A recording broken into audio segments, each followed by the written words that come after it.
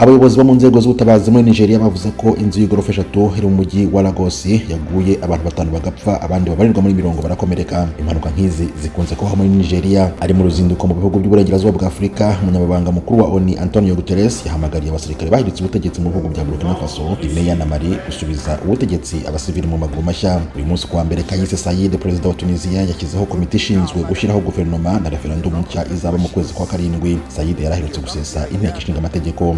Abayisilamu muri Kenya bateraniye mu musigiti uri Lahima mu murwa mukuru Nairobi ubwo barangizaga igisibo cya Ramadan. Abayisilamu aho bari hose ku isi barizihiza Eid al-Fitr nubwo ibiciro by'ibiribwa byiyongereye kubera intambara muri Ukraine. Leta ya Uganda ivuga ko urwego rw'ubukerarugendo rwazanzamuwe n'ubukerarugendo bwo mu gihugu nyuma y'uko COVID-19 yabangamiye abakerarugendo bava hanze. Hagati ya 65 na 75% by'abasura za parike n'abanyagihugu.